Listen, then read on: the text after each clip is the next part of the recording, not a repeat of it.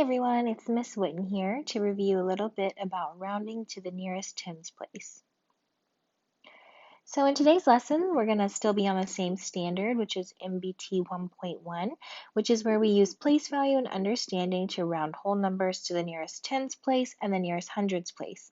Now our goal for today is just that I can understand how to round 2 and 3 digit whole numbers to the nearest tens place. So let's review some things that we've been working on so far this week.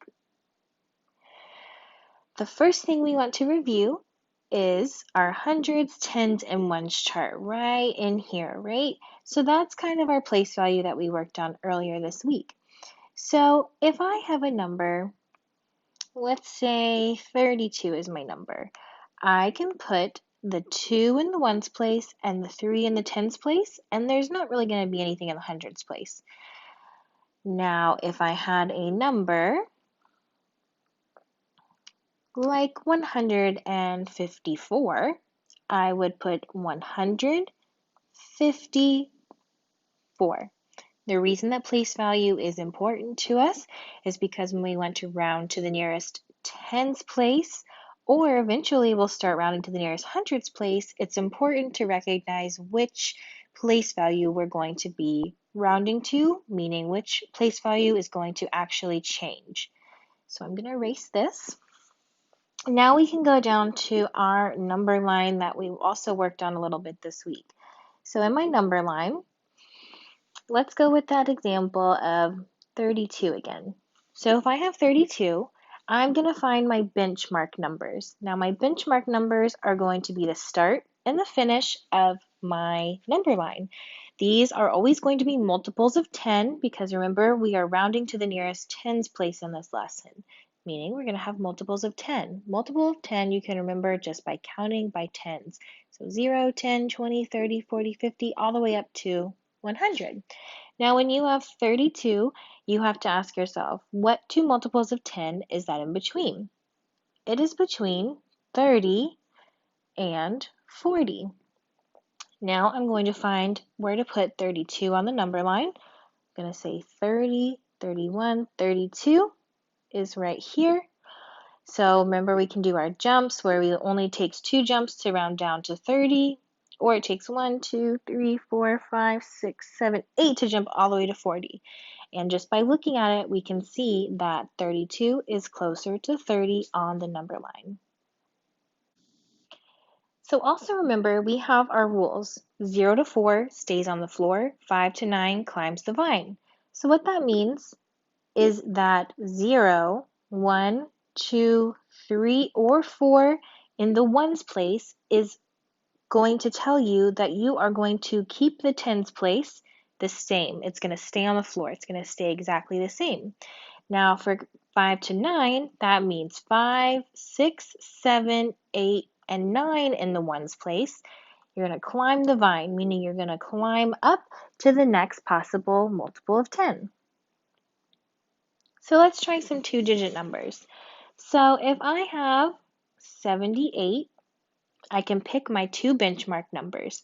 I can say on one side I'm going to have 70, and on the other side I'm going to have 80, right? These are my answer choices.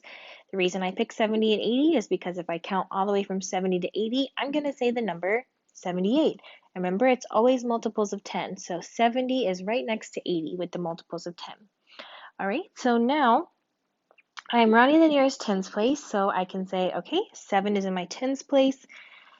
Then, if you want to, you can cover up the 7. You can do it with your hand on the video. And we have 8 that we're dealing with. I am going to circle my 8, and that is where we're going to apply our rules. So, 8 is between 5 and 9, so it climbs the vine. So that means we're going to round 78 to 80. And if you put it on a number line, you'll also see that 78 just looks closer to 80. All right, let's try another one. Let's try 6. So since this is a 1-digit number, that means that my closest multiple of 10 is actually going to be 0 on one end and 10 on the other because 6 is between 0 and 10. So I don't have a tens place to cover up, right? It's kind of just imaginary right now. So I still want to look at my ones place. can go back to our rules, can say it's not between 0 and 4, but it is between 5 and 9. So it's going to climb the vine up to 10. So 6 to the nearest tens place rounds to 10. All right, let's do one more. Let's do 63.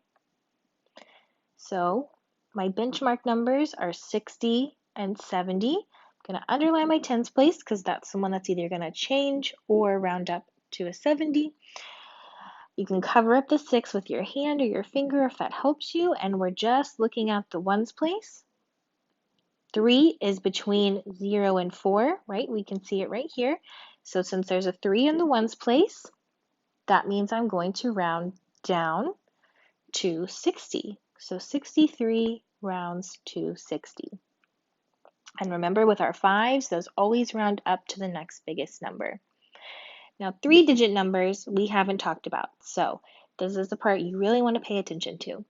Now that we're all pretty much experts in rounding 2-digit numbers to the nearest tens place, let's do a little bit of a challenge and go on to 3-digit numbers. So a 3-digit number lands us in the hundreds. So let's start with 161.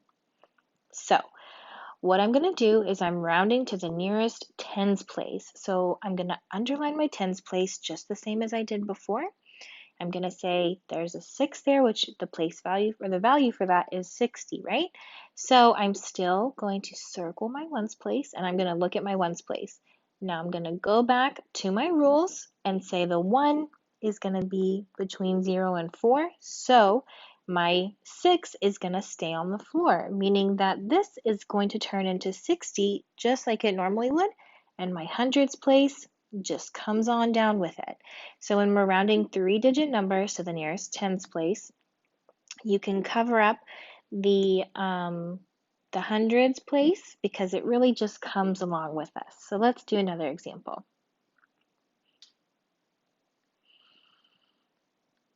So let's do 359. So my hundreds place is going to stay the same. There's only one time where that's going to change, and we'll get to that in a minute. So my 3 is going to stay the same. So we can even cross that out if we want. So I'm really focusing on my tens place because we're rounding the nearest tens place. I'm going to do the same thing like I've just learned how to do. I'm going to look at my ones place. 0 to 4 stays on the floor. 5 to 9 climbs the vine. And my options are here, 50 and 60. So 5 to 9 climbs the vine. I'm going to round up to 60, so I'm going to bring my 60 down here. So then my full answer is 360. So that exception that I was talking about is if you have a number that is up in the 900s. So let's say 999, super duper close to 1,000, right? So I'm going to look at my tens place and it's a 9. So that's either going to turn into 90 or 100, right?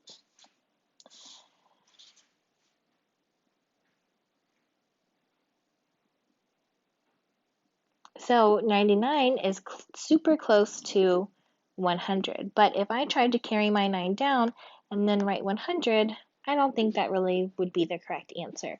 So what I'm actually going to do is I'm going to add this 100 to the 900 in the hundreds place. So 900 plus 100 would equal 1,000. If you're a little confused on that, it's okay. We'll work on it together in small group, and that is one of the exceptions to the rule. That does get a little bit confusing. So let's try one more example, rounding 3-digit numbers to the nearest tens place. Let's go with 746. All right, so my 7 is going to come down, so I don't really need him anymore. I'm rounding the nearest tens place, so I'm going to ones place. Remember, it's kind of like your train conductor. It tells you if you're going to go up or down. And my benchmarks for 46 are 40 and 50. So 0 to 4 stays on the floor. That would get me 40. 5 to 9 climbs the vine, that would give me 50. Since 6 is between 5 and 9, you're going to round this up to 50. So your final answer is 750. So what's next? If you need to, you're going to go back and watch this video again or watch certain parts of it if you need a little bit of help. After that, if you feel confident that you're ready to take on the rest of this day, you are going to go ahead and do the exit ticket, and then you're going to work on your centers, which are all in Schoology. And then if you have some extra time, you can head on to the early finishers. And we should be meeting in small group today, if not later on this week. And I look forward to seeing you all and hearing if you have any questions.